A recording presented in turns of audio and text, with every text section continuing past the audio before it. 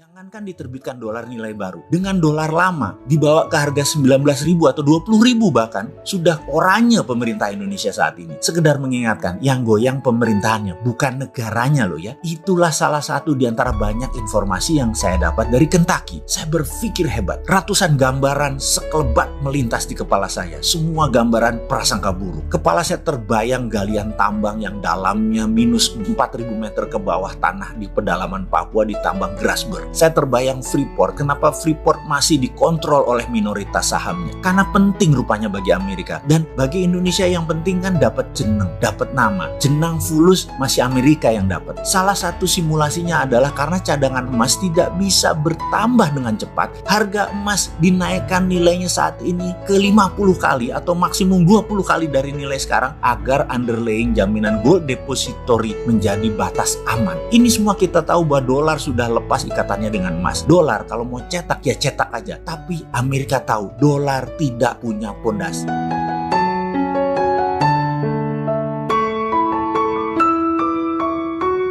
Control oil, control country. Pernyataan yang sangat dalam dari seorang Henry Kissinger karena diartikan penantang hegemoni Amerika bagi yang tidak taat pada perintah mereka tersebut. Negara Suriah, Libya, Irak, Afghanistan, semua luluh lantak bukan atas nama demokrasi, tetapi atas nama hegemoni kendali minyak. Lalu ada pernyataan satu lagi sehubungan dengan Kentucky dan Okinawa. Control gold, you control the world. Gold untuk underlying percetakan uang adalah sebuah keharusan. Namun dunia saat ini dikendalikan oleh dolar tanpa underlying emas sebagai jaminan. Sejak Agustus 1971, Amerika melepas diri dari emas, lalu banyak kejadian seperti subprime mortgage di tahun 2008 membayangi dolar. Bahwa tanpa underlying currency dolar ringkih. Peristiwa 2008 krisis keuangan karena permainan yang tidak berbasis jaminan tersebut, Amerika rugi 19 triliun dolar atau sama dengan biaya 5 perang besar yang Amerika biayai dalam 40 tahun terakhir. Tapi untungnya dia bisa printing money. Akhirnya 19 triliun dolar tadi di print lagi money-nya. Biaya Amerika sebagai negara pendominasi itu besar sekali. Biaya perang dan biaya kerugian bermain keuangan tanpa dasar underlying juga merugikan. Dan ini akan diubah dengan strategi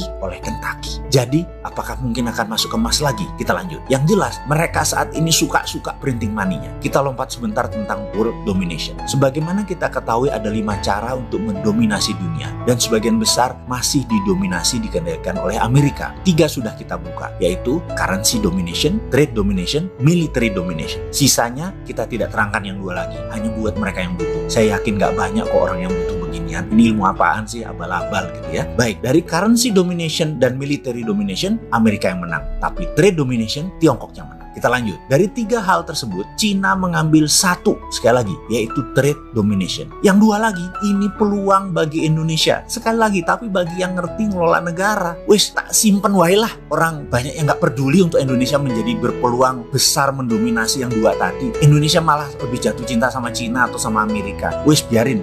Nanti yang 2 ini kita simpan aja buat nanti ya. Oke, kita lanjut. Kita bicara tentang currency domination lebih dalam lagi sekarang. Semua masih ingat kan di tahun 97-98 di mana serangan ekonomi hitman kepada pemerintahan Soeharto menyerang rupiah dari 2.700 ke 15.000 hanya dalam waktu 6 bulan. Indonesia rontok. Krisis moneter lalu menjadi krisis politik. Waktu itu, inilah hal yang dilakukan di Kentucky, yaitu melakukan simulasi hal ini. Amerika sedang melakukan simulasi mengantisipasi supaya dolar tidak menjadi seperti subprime mortgage lagi, dan bagaimana saat ini bersamaan bisa menyerang sebuah negara. Nama simulasinya adalah currency warfare simulation. Anda akan tegang bagaimana simulasi itu mereka lakukan. Semua dengan perhitungan matematik yang sangat rinci, algoritma yang sangat jelimet. Mereka melakukan semua atas nama dollar reset value.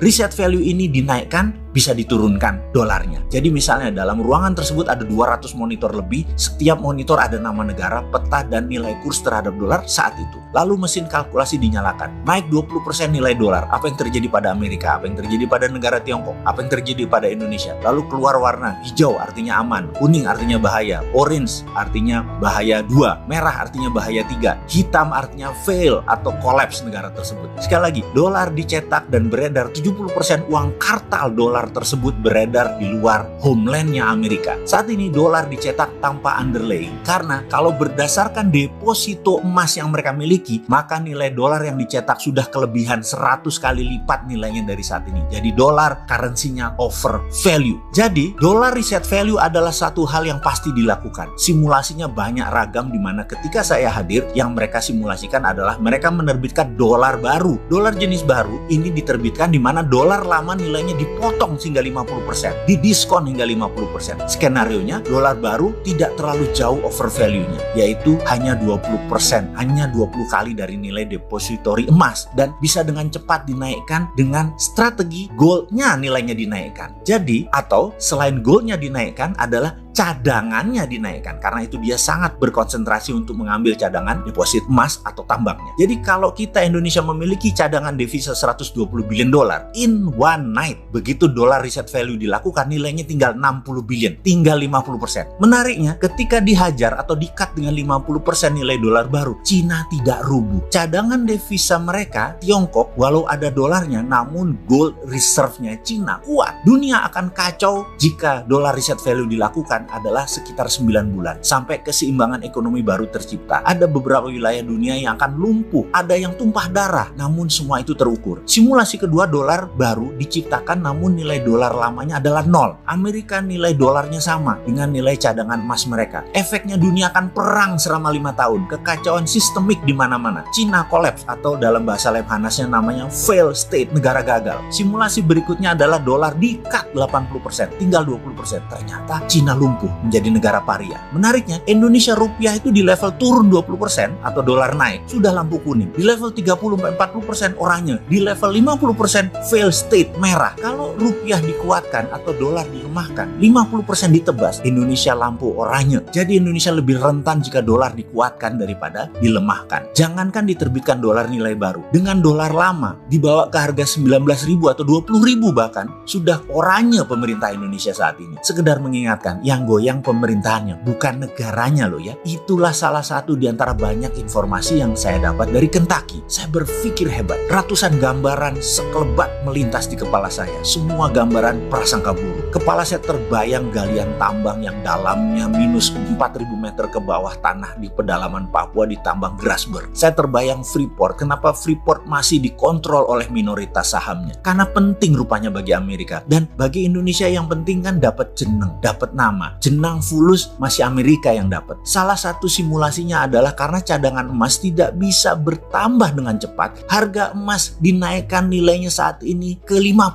kali atau maksimum 20 kali dari nilai sekarang agar underlying jaminan gold depository menjadi batas aman. Ini semua kita tahu bahwa dolar sudah lepas ikatannya dengan emas. Dolar kalau mau cetak ya cetak aja. Tapi Amerika tahu dolar tidak punya pondasi. Amerika saat ini mendapatkan tantangan dalam currency domination. Karena itu mereka mulai berpikir emas lagi. Itulah Tiongkok, negara komunis. Di sisi lain, Tiongkok, negara komunis yang ingin menjadi negara superpower dengan menantang Amerika. Tiongkok punya strategi. Tiongkok akan melakukan terhadap Amerika yang namanya strategi Colder War. Serangan terhadap dolar dengan transaksi di banyak negara bilateral menerima yuan Cina. Penguasa Amerika dalam petrol dan dolar yang disebut juga petrodolar diancam oleh Tiongkok. Trump terjepit waktunya. Pentagon belum di tangan Trump. Covid masih merajalela di Amerika. Mungkin cara terbaik pertama bukan dolar reset value, tapi naikkan cadangan emas Amerika. US Bullion Depository di Kentucky dan Okinawa harus naik. Sebentar, Okinawa Bullion Depository itu bukannya materialnya koper konsentrat Freeport ya? Cadangan Grasberg yang 20 tahun ke depan masih 3.000 ton itu emasnya. Kenapa kita nggak minta bagi hasil emasnya ya? Kok malah koper tembaganya ya? Konsentrat lagi. Ya, gitu deh.